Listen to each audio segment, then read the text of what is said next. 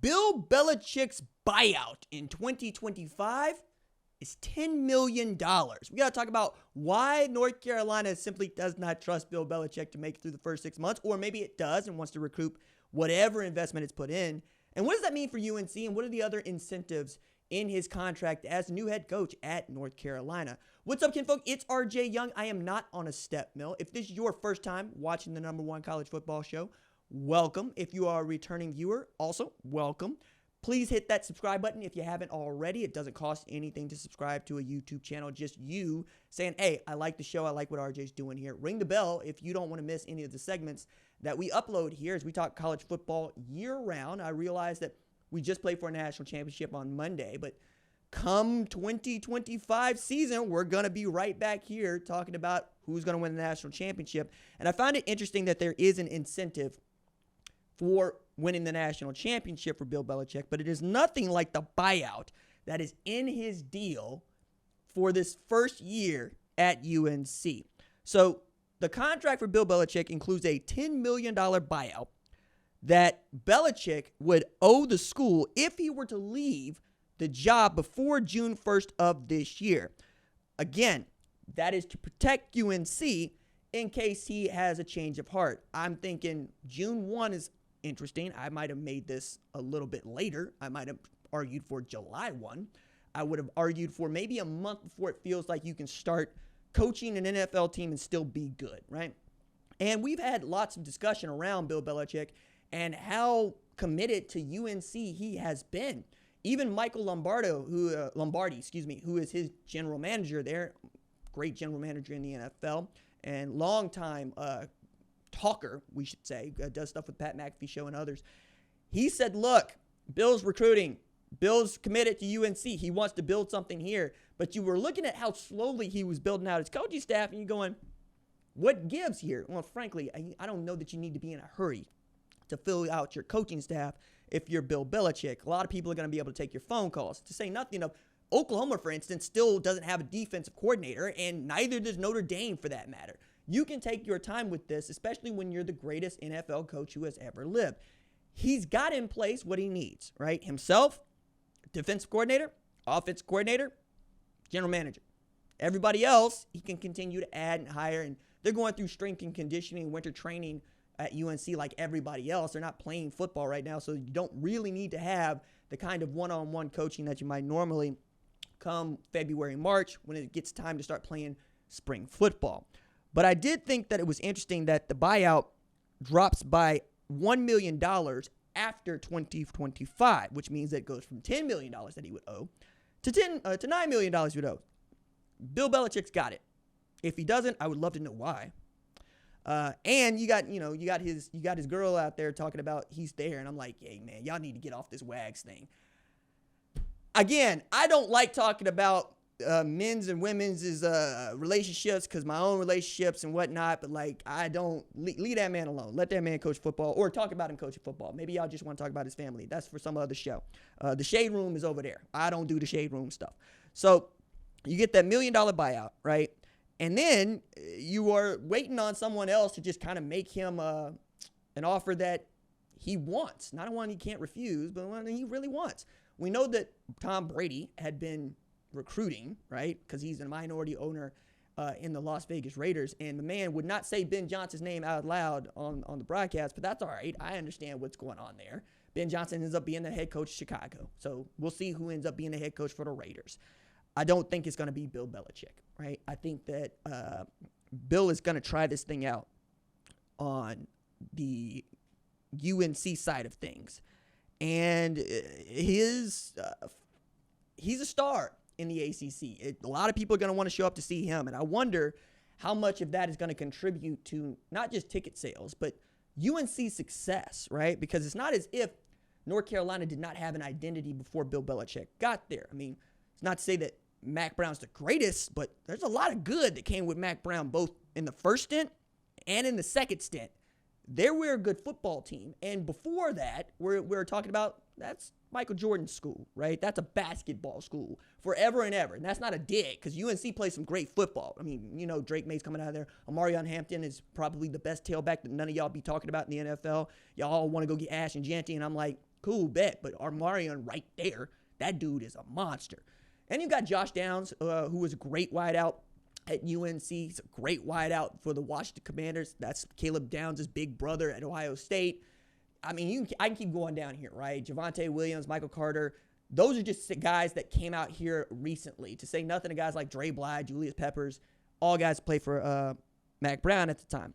Bill Belichick has an opportunity to build on that, and I think that's what he's going to want to do. And if you're UNC, you're following one college football Hall of Famer with a pro football Hall of Famer, likely a dude that could find his way into the College Football Hall of Fame if his first few years goes the way that I think it might. So the first 3 years of Belichick's deal run through like 2029, and those are all guaranteed, which is what I would expect. But the bonuses and performance incentives, those are always kind of interesting to watch. So he gets $150,000 for an 8-win regular season.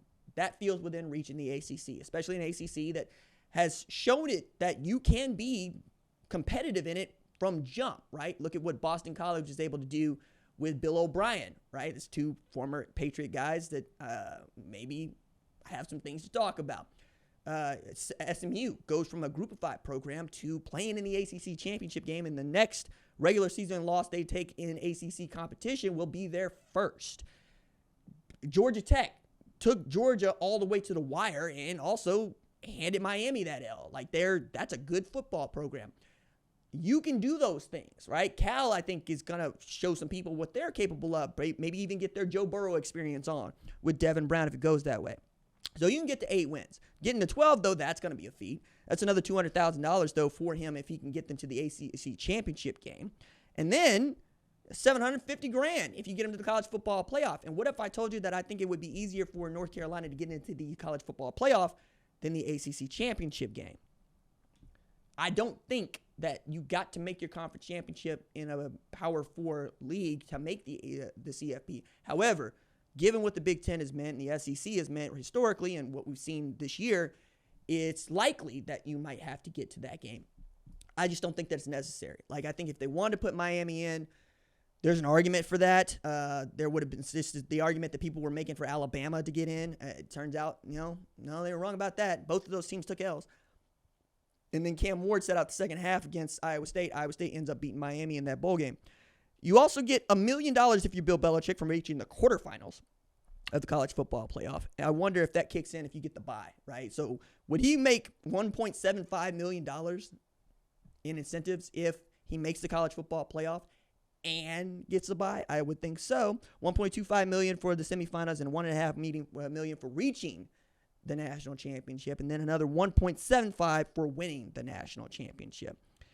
Also receives $100,000 if he gets ACC Coach of the Year, $250,000 if he ends up winning National Coach of the Year, and then you get the GPA bonus, which I always think is interesting.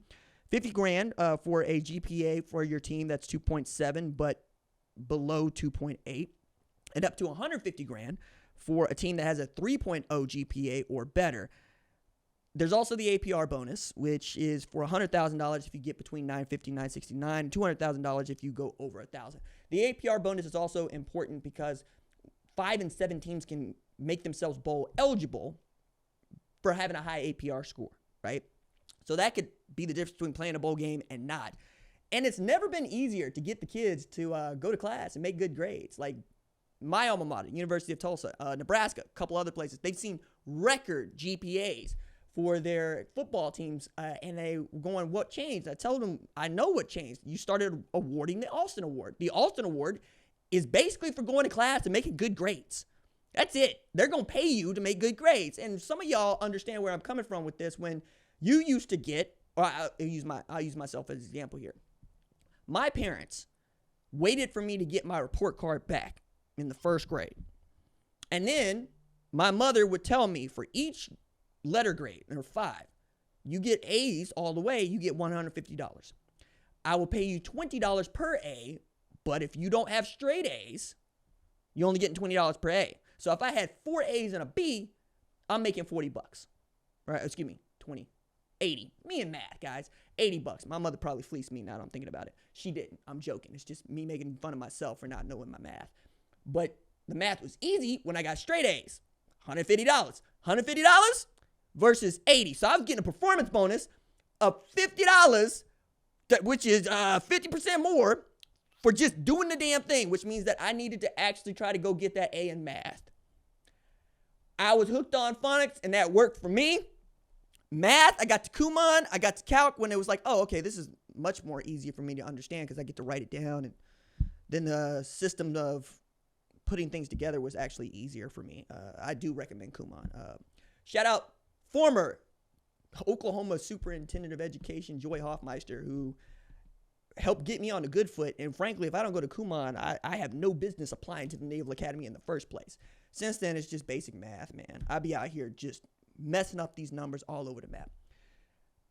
I have these numbers in front of me, so I can tell you what they are for Bill Belichick. But I also am thinking about this and going, is $10 million too much of a ransom? Perhaps not, because you realize Bill Belichick spent a year outside of the NFL, and he interviewed for some jobs that I think he wanted, and might have just thrown a middle finger at the NFL because there have been all these discussions about what this dude wants. And because he's doing like 8 jobs this last NFL offseason, I always felt like he was just trying to audition for the next head coach job. Not unlike what Rex Ryan is doing. I'm sure he's sick. It's just sick watching that job not go to him. But, like, that's what it is. And if you can go coach in college and people are going to love you, why not do that? I think he really does have a chance to be a star in our sport. $10 million, though? Okay.